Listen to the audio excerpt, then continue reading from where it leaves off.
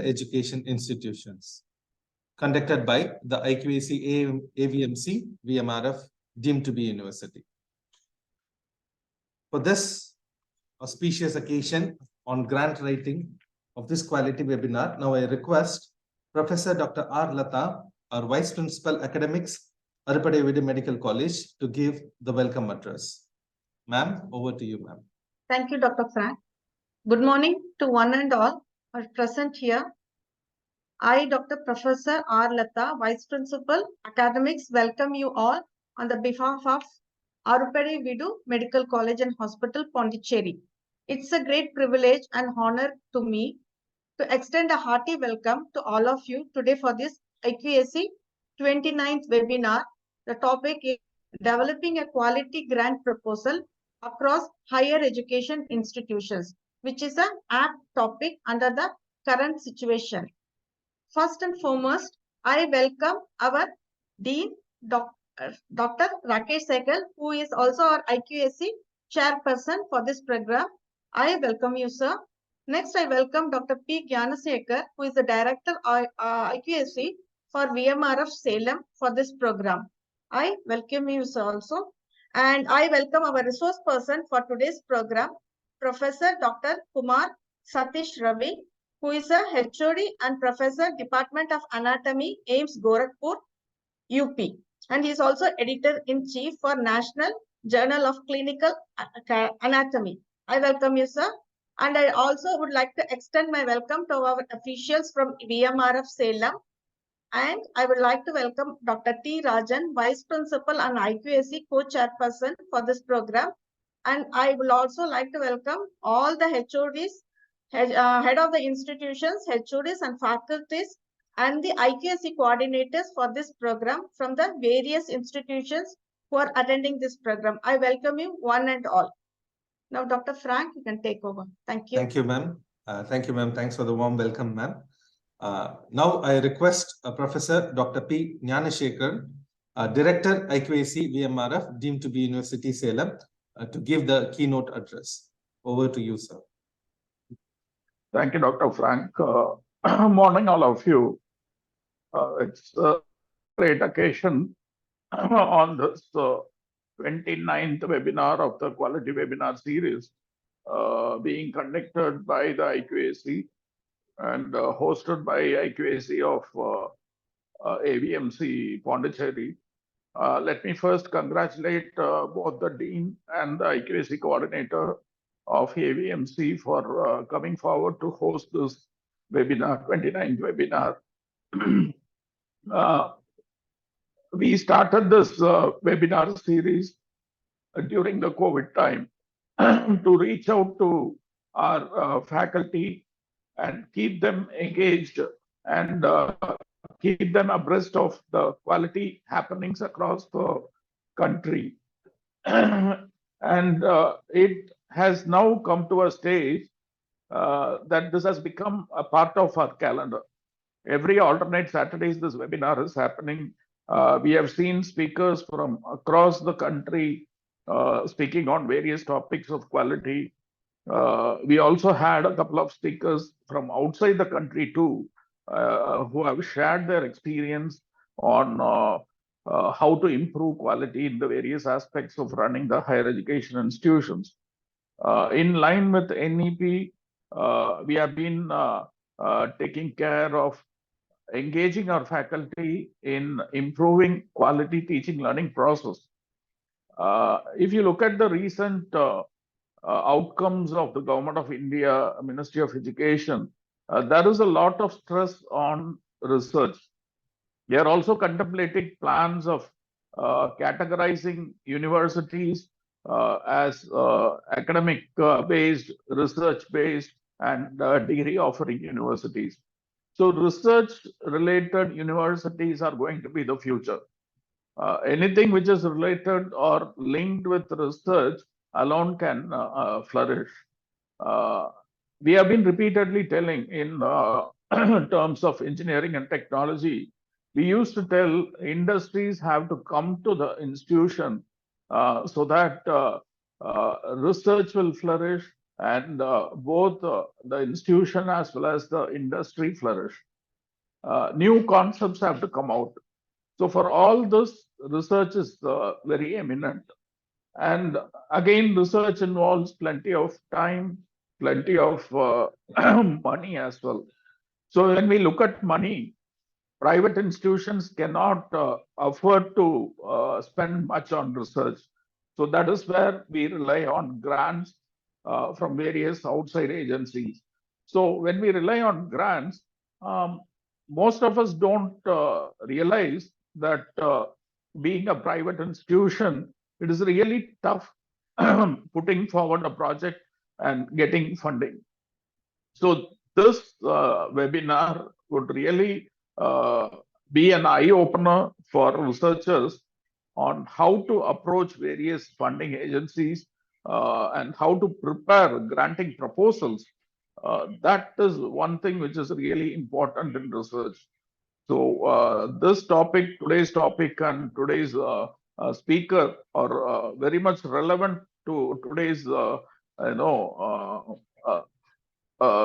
future. Rather, today it is the future. Research will be the future, and we really rely on the information being discussed today. Will take home wonderful information and come out with wonderful projects which will help them in coming out with good research outcomes. See, we are on the verge of celebrating the Research Day of the university next week. And the university is also coming out with various awards for research outcomes, publications, patents, getting funding options and all that. So this webinar will really help more number of faculty to opt for research and get more funding for their own research projects.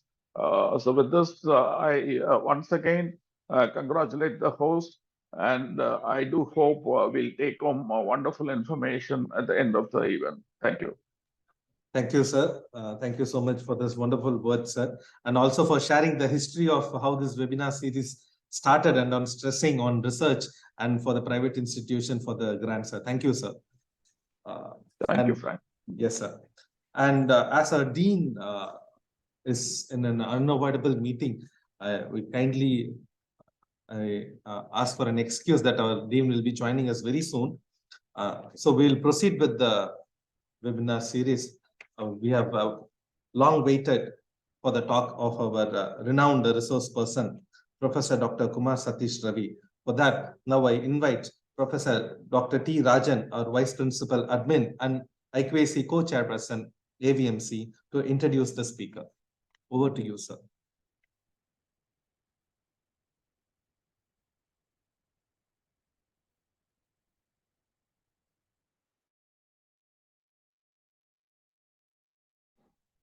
I think there is some technical glitch.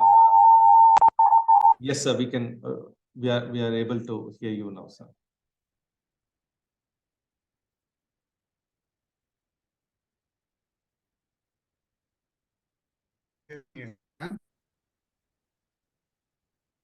Hello. Yes, sir.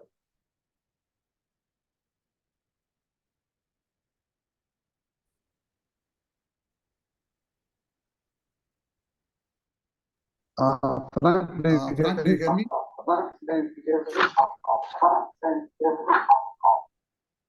Hello. Yes, sir. Yes, sir. We can hear you now, sir. Okay. Sorry for the technical glitch. Now over to you, sir. Okay. Thank you, Dr. Frank. Very pleasant morning to one and all. I, Dr. Rajan, Professor of Anatomy, Vice Principal and Co-Chairperson of IQAC, AVMC. Here I am here to introduce our renowned resource person, Dr. Kumar Satish Ravi. I thank the organizers for giving me this opportunity to introduce him. Really to say, actually, I grabbed this opportunities because I know Dr. Kumar Satish Ravi, the dedication towards academic and research. So that I thought it will be better if I give introductions. Let me go for the introductions of Dr. Kumar Satish Ravi. Dr. Kumar Sathis Ravi graduated from Sri Krishna Medical College and Hospital, Muzaffarpur, and pursued MD Anatomy from Jipmer Pondicherry. His educational accomplishment include former University Fellow of IMSA and currently pursuing a PhD in cytogenetics. Dr. Ravi has served as assistant professor and the course director and head of anatomy at School of Medicine, Spartan Health Science University, St. Lucia, North America. He is a well-known administrator. He has worked as assistant professor, associate professor, and additional professor of anatomy, assistant controller of examination, and additional proctor at AIIMS, Rishikesh. Dr. Ravi served as a chairperson and member in several committees and worked as assistant dean academics, sub-dean academics at AIIMS, Rishikesh. At present, he is a professor and heading the department at AIIMS, Gorakhpur.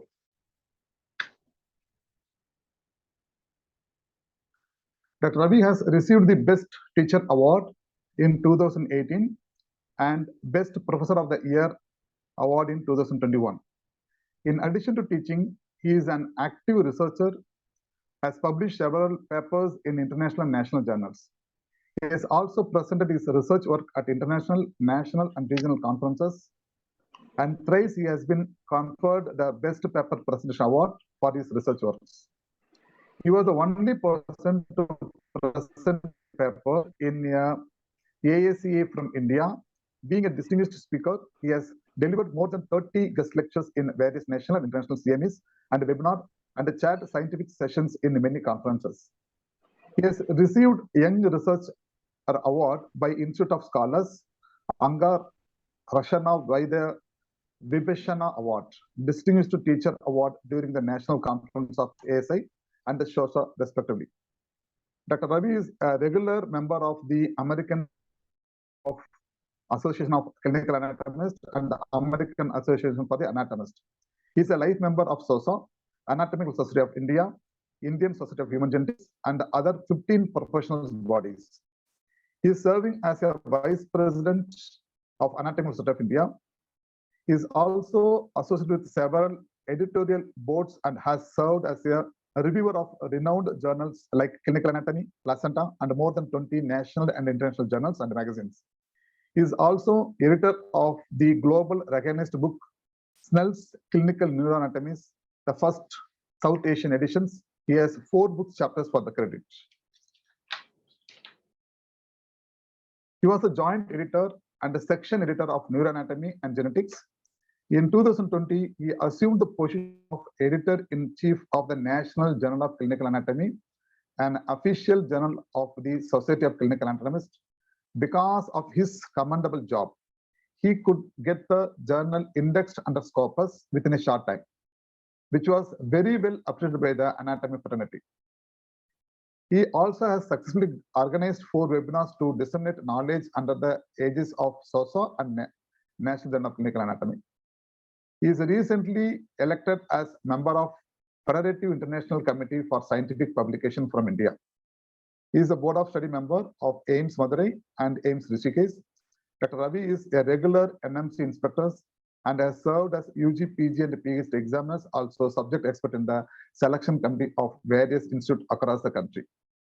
Dr. Ravi enjoys sharing his knowledge of anatomy and medical education experiences with the students and faculty. That's how he accepted our request in a short notice. And we are he is here with us.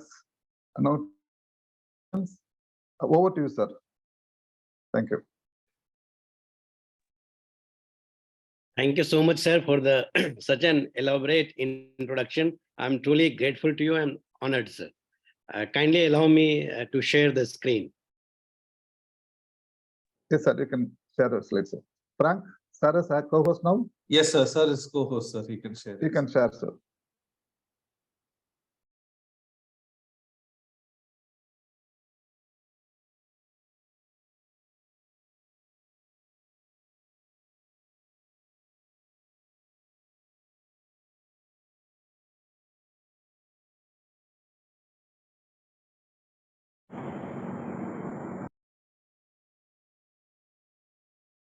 Am I audible? Yes, sir. You are very well audible, sir. So good morning, one and all.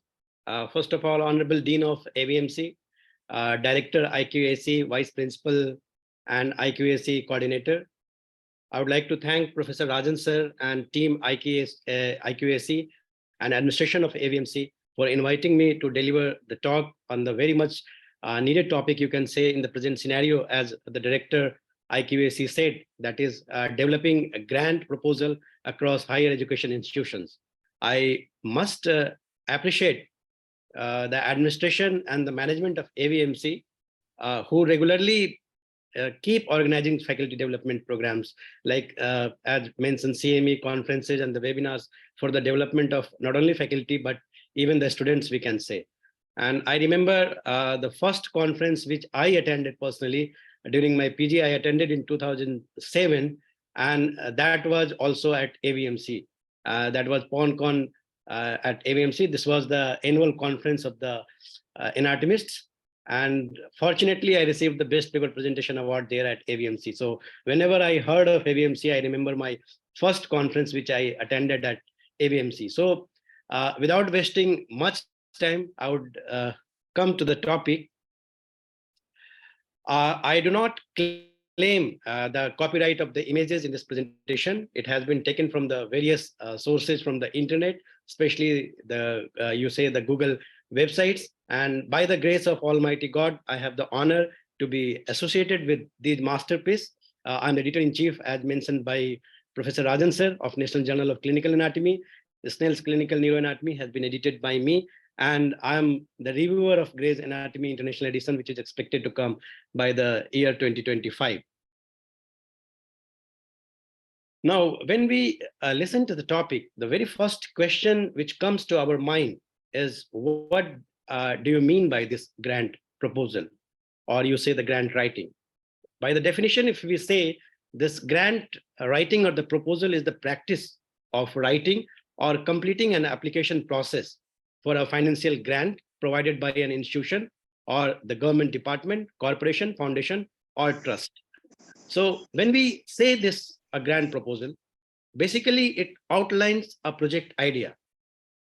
So the very first thing which comes is the idea. Idea should be there, and accordingly, then you can have you can design the research project, or you can develop the research project. So that explains why this organization needs the grant money, you say, and provides evidence that demonstrates the need and, you say, the worthiness of the project. So what I wanted to say, that in grant proposals, it is essential we describe our mission. Not only that, we should describe how we plan to use the grant funds, whatever we are going to receive. And we must provide the program goals and objectives. So apart from that, a timeline for completion of the project must be there. And apart, of course, there should be an expected outcome. So what I wanted to say, that a grant proposal must be written in such a way that it convinces the potential funders regarding the impact of your proposed project. And definitely it should yield some fruitful results, that is the grant. So in this webinar, we will discuss how to develop our grant proposals, and that too in a very short time, you say. Now, the very first question which comes, why this grant is required, right? Because as mentioned by the director, sir, IQAC, that the research is the future of the country, you say, or across the globe, in any academic institution, you say. Like when we talk about the institution of national importance, we consider three wings. One is the academics, that is the medical education. The second is the research, and the third one is the patient care. So what is going on nowadays, that we are not, suppose we are from the preclinical department, we are basically for the teaching and training of the students. But what we have become, that we have and master of none. So nowadays, when we see the promotion criteria, right, there we don't see the teaching quality of the teachers or the faculty, you say. We judge them or we promote them on the basis of their research, on the basis of their publications, on the basis of their grant. So what I wanted to say, that this grant is one of the indicators of the academic excellence. Apart from that, whatever the grants you will receive, whatever study you will do, right? Whatever the project you will conduct, that will ultimately lead to some of the publication, whether you publish in the national journal or the international journals. So whatever ideas are there, whatever study you conduct, unless you publish, it has no meaning, right? So the need of the grant is for the academic excellence, I said, and then I said that whatever study you do, that will ultimately lead to the publication. Apart from that, just now I mentioned that it has become a very, very important criteria for the promotion, right? When we talk about at the senior level, basically the selection committee sees that how much extramural grants they have gained, right? In the junior things, we see only publications, but at the senior level, we definitely see the grants, the patents. So this is one of the important criteria for the promotion. Apart from that, when we see, it also provides to develop this network opportunity, not only in the department with the colleagues, but you say the interdisciplinary with the different departments, or not only in the different departments of the institute, but across the nation, or you say across the globe, when you collaborate with the members of the different fraternity across the globe. So it is an excellent opportunity, you can say, to demonstrate your organization's, your institution's commitment to its mission and goals. And apart from that, the academic success, and of course, I said the promotion in medicine basically depends on the quality and the quantity of the received grants. And the grant money brings prestige not only to the investigator, you say the writer, but also to the institution as well. Because when you see even the ranking of the institutes, NIRF and all, in that also we see that how many faculty members have received the extramural grants and what was the amount of the funds. So all these basically lead for the need of the grant, we can say. Now, let us see what are the different types of the grants. Basically, as I was mentioning, that there are two types of grants. One is the intramural grant, and another we have is the extramural grant. The intramural grant, which is provided by the institute to the beginners, right? Maybe you can say the assistant professor level or the associate professor level, so that they can start, they can learn they can conduct some of the research project at the beginning level, you say, right? But there is another type, that what we said, the extramural grant. This is the grants what we receive from the external agencies like ICMR, DBT, DST. So whatever the grants which are received from the outer from the outside the institute, that is, we call it as the extramural grants. Now these grants are maybe the project grants, that may be, you say, the fellowship grants, that may be travel grants to attend some of the conferences or some of the meetings, you say. And then grant also we receive for building some of the center of excellence in the institutions. And apart from that, grants are also received for conducting different types of workshops, you say, under the aegis of the ICMR or the different society. So grants for conducting the different workshops, CMEs, or the conferences also we receive. Now we'll see over here, very important, that what are the grant agencies are there, right, which are providing the funds to the different members, the different researchers. So grant agencies, when we see in India, there are different agencies, but when we talk about this medical fraternity, we can see over here, we get funds from the CSIR, that is the Council of Scientific and Industrial Research, the Department of Ayush, you say, Department of Biotechnology, Wellcome Trust India Alliance, Department of Science and Technology, and so on. You can see over here, one of the most important, you say, that is the Indian Council of Medical Research. They also, basically, we are dependent on this ICMR or DBT, DST, you say.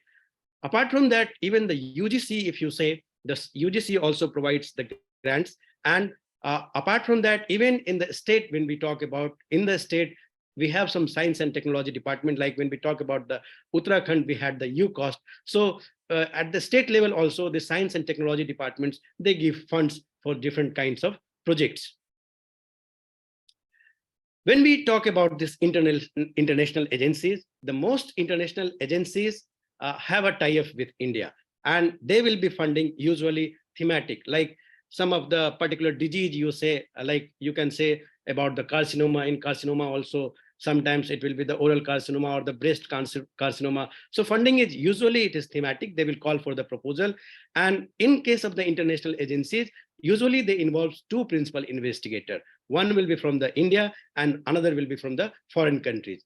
And stress is on why a foreign collaboration is required, because you know the none of the country is self-sufficient, right? We have to depend on other countries for their maybe because of the availability of the infrastructure, or even at the less cost, you can say the equipments you can get, or the facilities, whatever there is there in the different countries, we can gain out of that. So because of that, it is necessary that we should try to learn or try to collaborate with other in the department or the different institutions, right? Or even at the international level.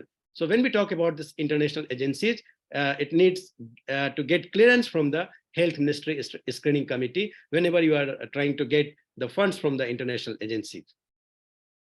Now, when we talk about this types of project grants, it can be individual or it can be institutional, that is single, or you say the multi-institutional, like different aims can collaborate with each other for the different project, or different institutions can collaborate. So it can be individual or institutional, that may be the multi-institutional. When it is individual, it is thematic, right? And there will be call for proposal in a specific area, or in a broad area, it will be general.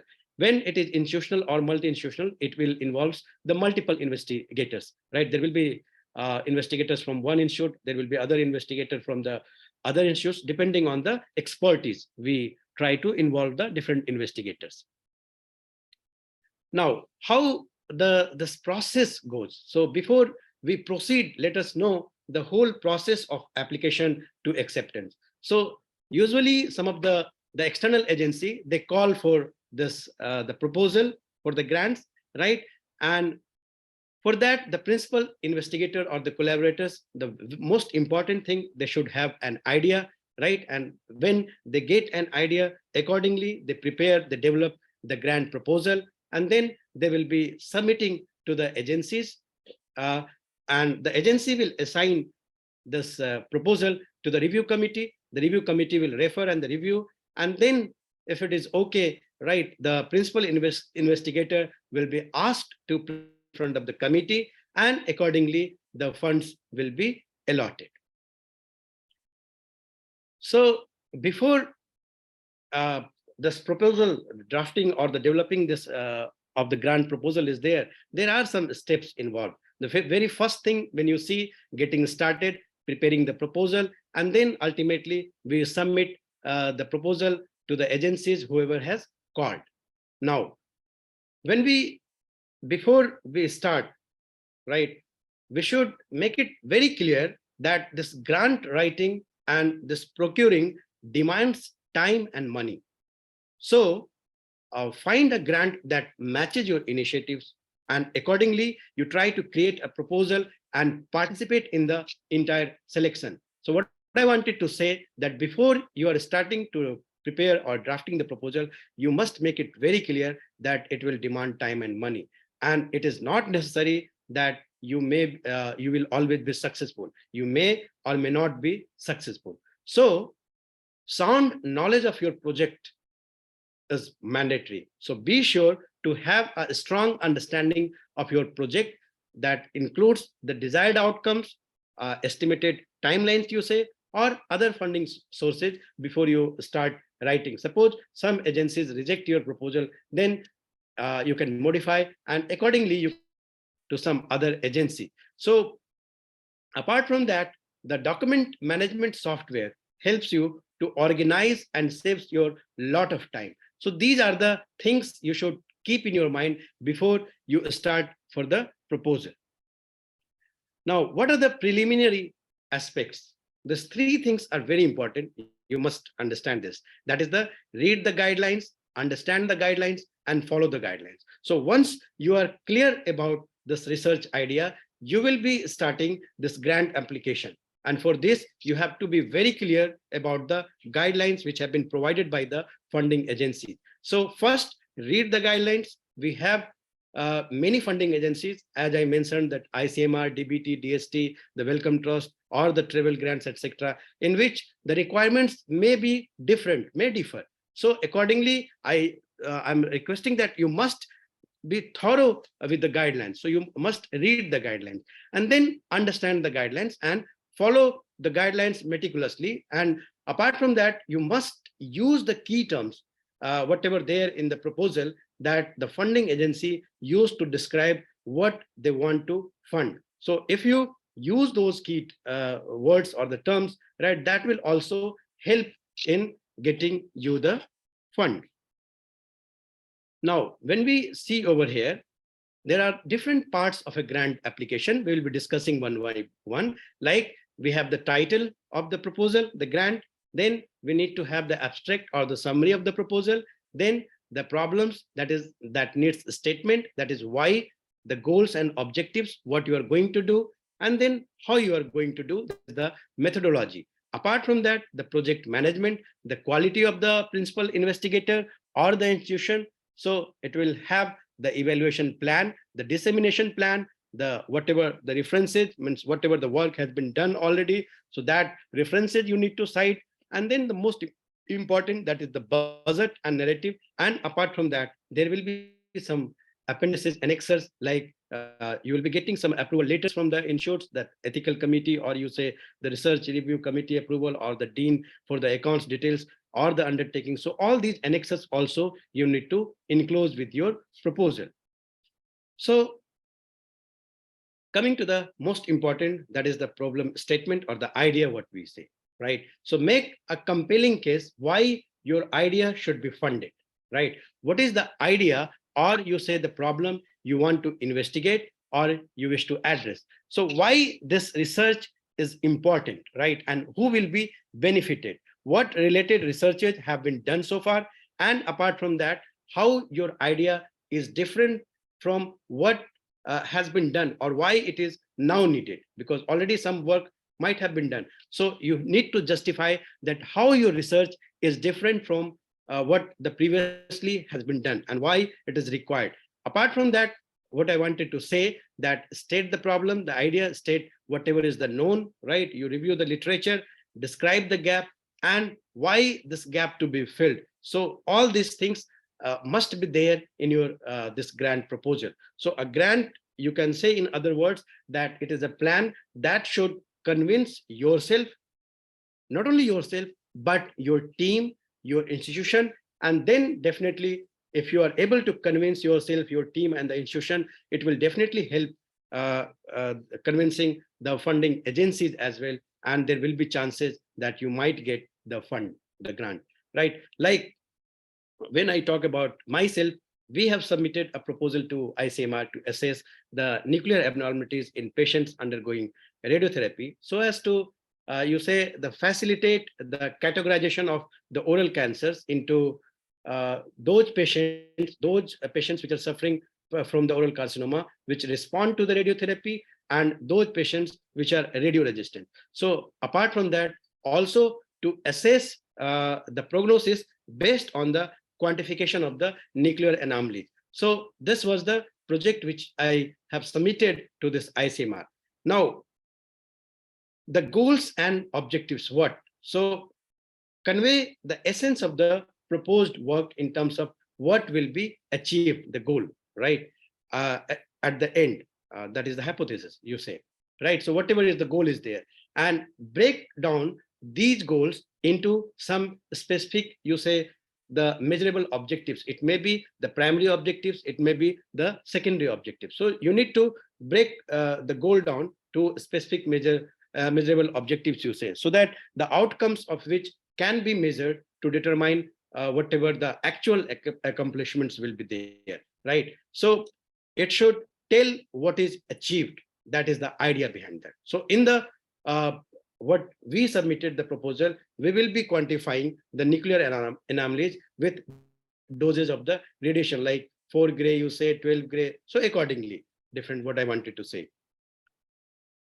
Now, the very important, that is the methodology, the plan of action, means how you are going to do your project, the project design, you say. So this is the proposal or you say the portion, the methodology, which is very poorly written in the project. So you have your methodology should be strong. So it should be written in detail, the methodology, and it should be task oriented. So describe all the steps which are necessary to complete the project. That includes how you are going to manage it, and it is going to tell how the project will be done. So very, very important how you describe the methodology.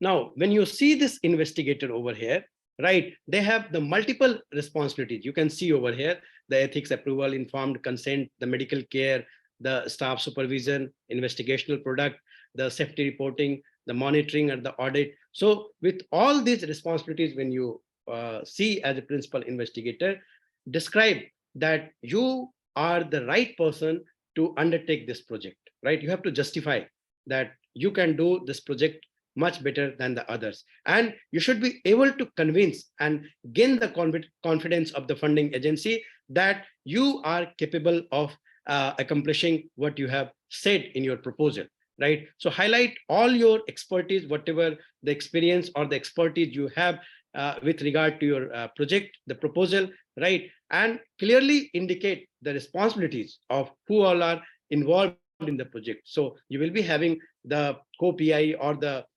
co-investigators will be there. So each and everyone's responsibilities or whatever they will contribute, how they will contribute, everything should be well explained in your proposal. So, and apart from that, I would say that it is also important to highlight the whatever the infrastructure is available in your institute. So the capacity of your institute to manage whatever the proposals you are submitting, right? So even the institute have should have some of the infrastructures related to your projects, and that you need to explain in your proposal. And whatever, suppose if you have done some pilot studies or the pilot project, something like that, of handling previous projects related to this, that also you need to mention that you have already conducted a pilot study. So that will help you in gaining the funds. Apart from that, the evaluation plan. So that addresses both, that is the process and you say the outcome. So describe who will be the evaluators, right? And how they will be selected. And apart from that, also define the evaluation design with logical, that is the result oriented framework, how you are going to achieve the each objectives, what you have mentioned in the proposal, that is the primary objective, or you say the secondary objective. So you must describe it clearly that how you are going to achieve these objectives, right? And how the collected data will be analyzed and evaluated. So in brief, you are going to describe your journey after setting up the, you say the design study or the project. Then coming to the dissemination plan.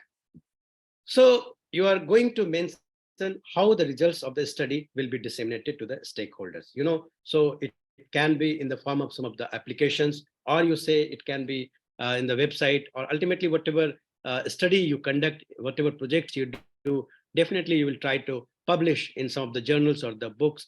And even in, you say you can organize some of the public outreach programs, or you can conduct some of the trainings or the education, even up to the extent you will present some of your studies related to the project in the national or the international conferences, right? So whatever the results, the findings will be there. Then apart from that, the sustainability. So this is for the funding requirements, right? Which can go beyond the project, even after the completion of the project, right? So the total cost, you say the total cost of the ownership, that includes, you say, the operational support, and you say the ongoing maintenance and the daily business. So an accurate cost model requires to include the different factors which I have mentioned over here. That is, you say the inflation, the ongoing trainings, the specialist skills, you say, the potential future growth of the research data, you say, or the idea, and you say the decommissioning expenses towards the end of the project or the research, you say. So this requires you to project the ongoing expenses for at least you can say the 4 or 5 years, you can say. The budget. This is all you are writing for the project, isn't it? The most important, the budget. So here you are going to describe about the need and ways you are going to utilize the budget. So when we describe the budget, remember that the project budget section is the, you say, the true meat of your grant proposal, you can say, right? So it may be the direct costs, that is, you say, the recurring or the non-recurring expenses, you can say, that includes the allowances, you say, or the salaries for the research assistant, or you will have some JRFs, junior research fellows, technicians, data entry operators. And apart from that, you can say the material, equipment, and consumables, and along with the even the travel expenses, you can say. When we talk about this indirect costs, that is the overhead charges, that includes the administrative charges, you can say, accommodation charges, or sometimes if it is required, you can say the water or the electricity bills, etc. So these things should be mentioned, the indirect cost. And apart from that, you must provide the full justification for all the expenses, including, you can say, a table of the services or the whatever the products are being offered, right? Remember, the overcharging or having a high quote can lose you the grant, you can say, and even you will be seen as the profiteering. So not only overcharging, even this underquoting, right? Underquoting might win you the project, the grant, right? But you may not be able to deliver on your proposal, which could adversely impact your standing with the funding agencies. So what I will suggest, that never underquote in the hope of looking for additional funding at a later stage. So this is a very dangerous, you say, the situation or the game to play, and that could affect not only the individual but also the institution reputation. So you can claim for travel, research assistant, and the logistics, etc. So budget has to be drafted very carefully, very carefully. Then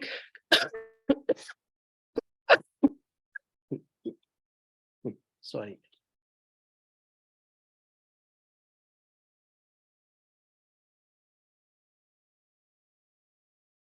Coming to the ethical issues, right? So when we talk about in any study, ethical issues are very important, right? So you must take care to demonstrate the ethics throughout the grant proposal, you can say.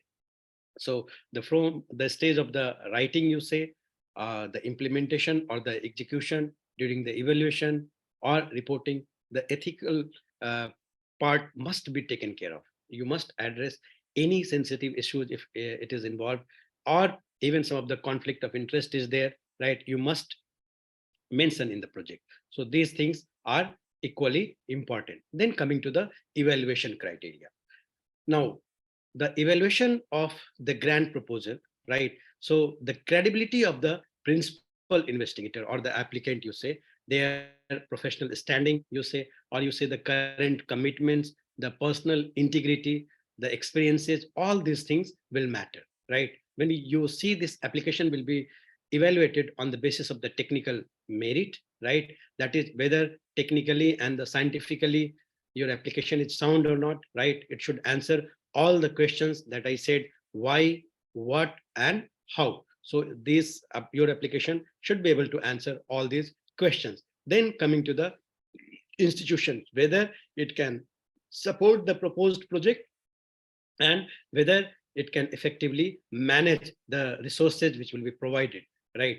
Then budget, whether it is realistic or not. So neither it should be over nor it should be underquoted, right? So then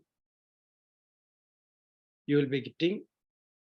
So in total, we can say that the project will be or is the value for the money. So idea should be very simple, right? Sometimes very simple idea makes a difference, creates a difference, right? So the idea should be simple.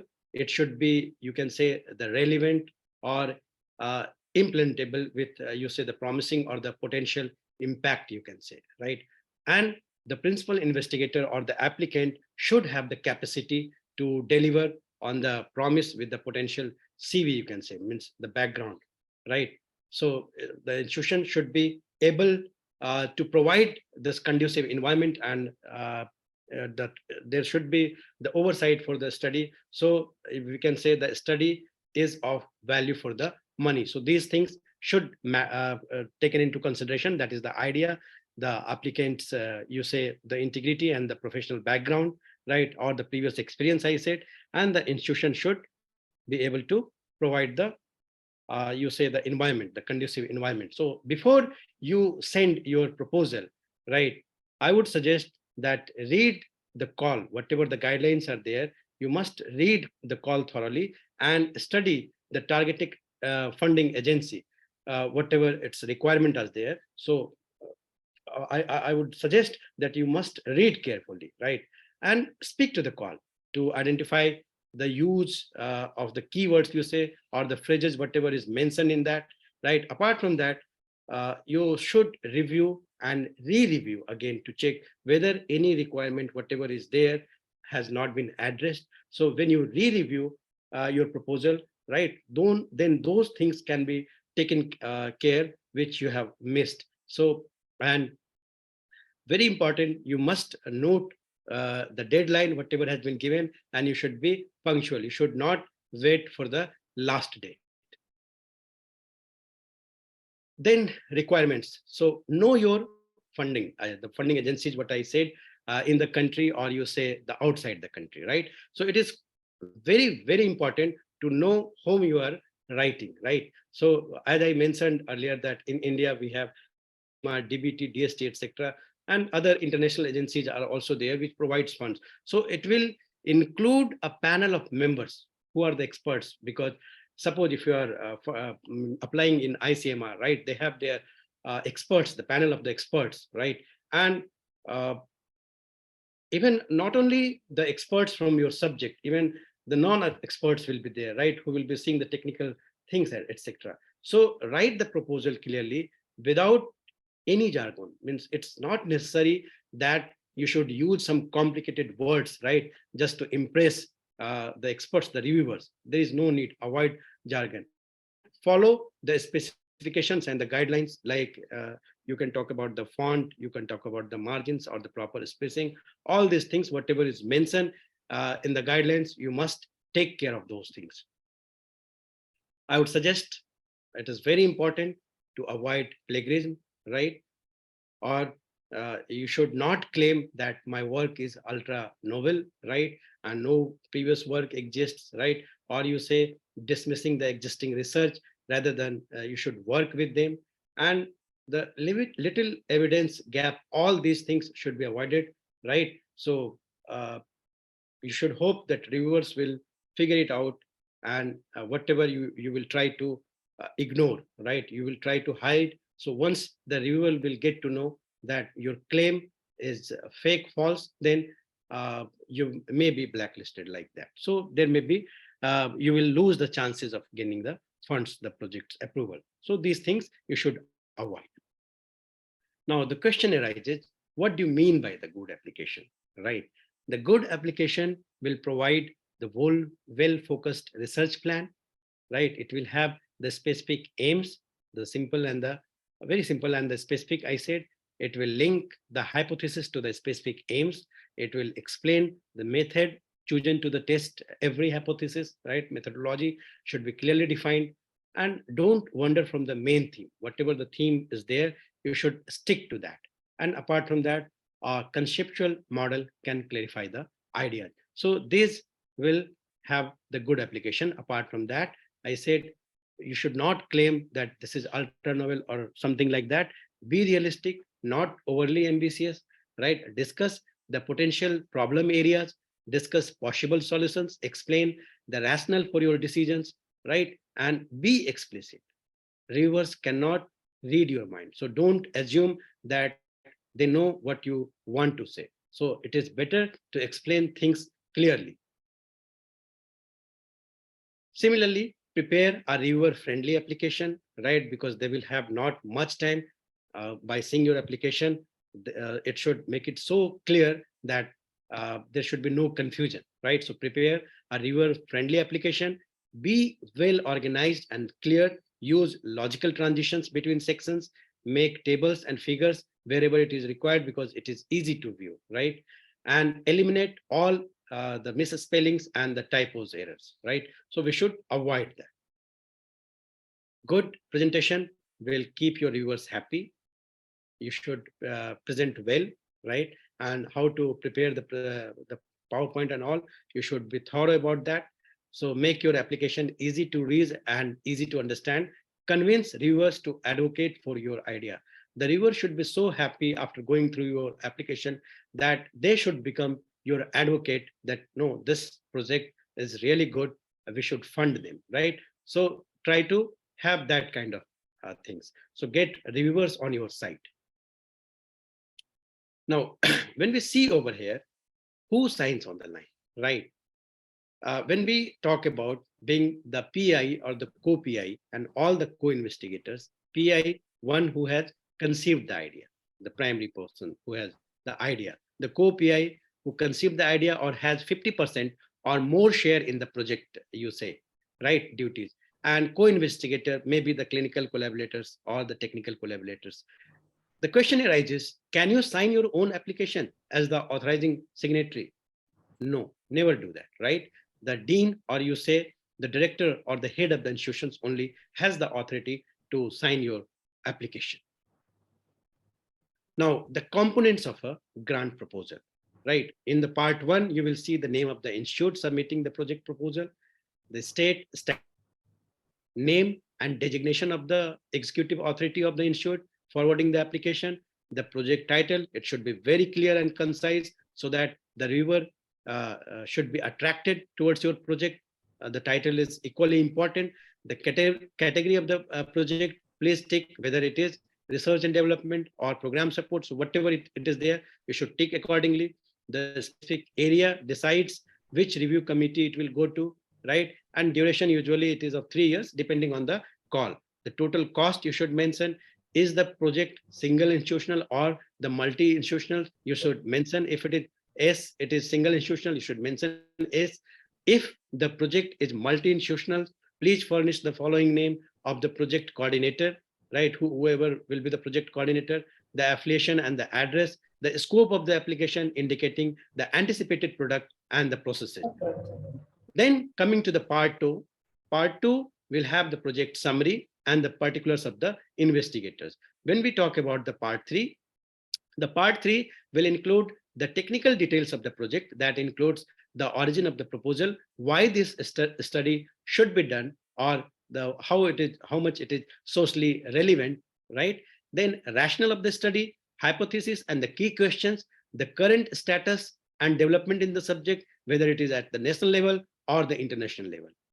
Then in continuation, the relevance of the proposed outcomes, why getting this data is essential, right?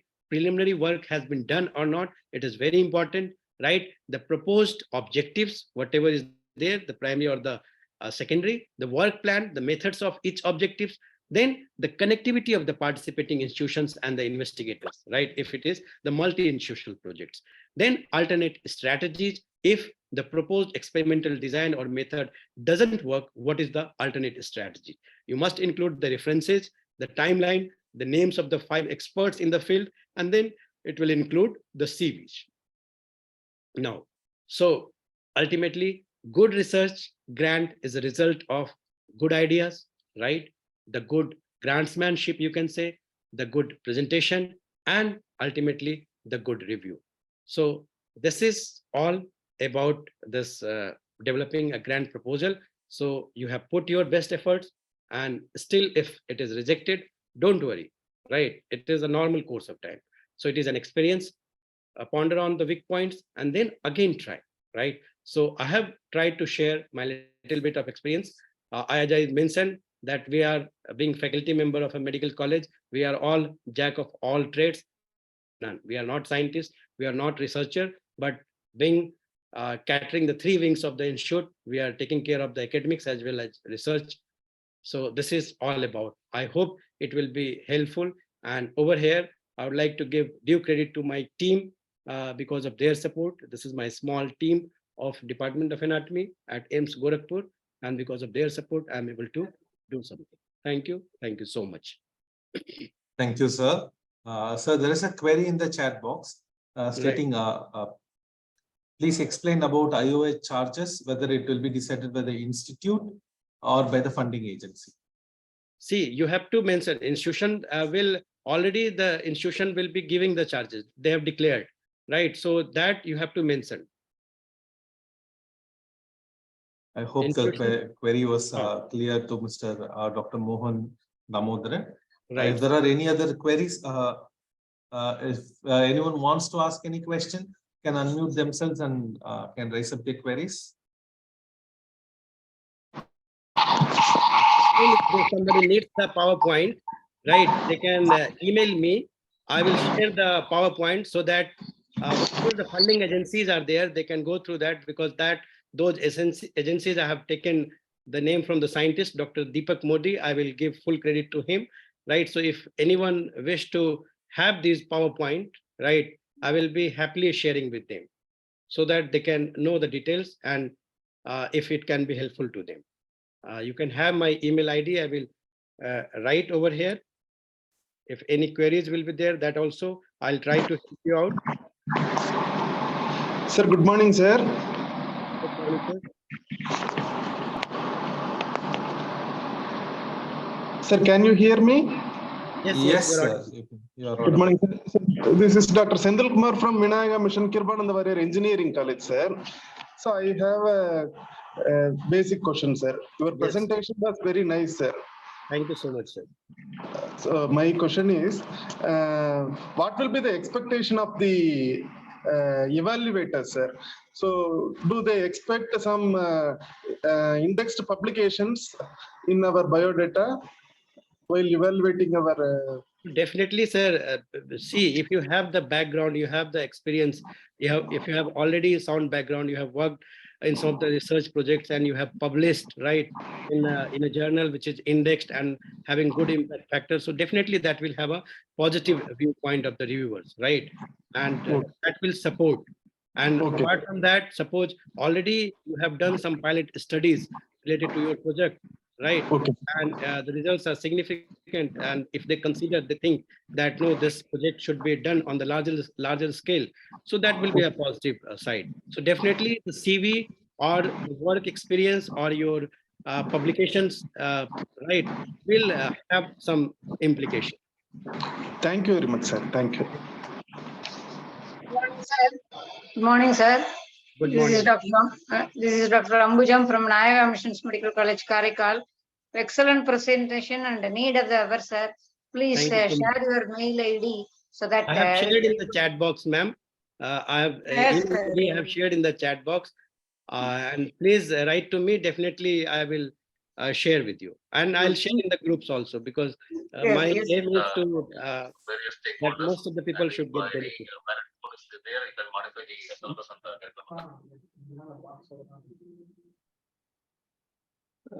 Sir, if there is no more queries, I think we'll finish the query session.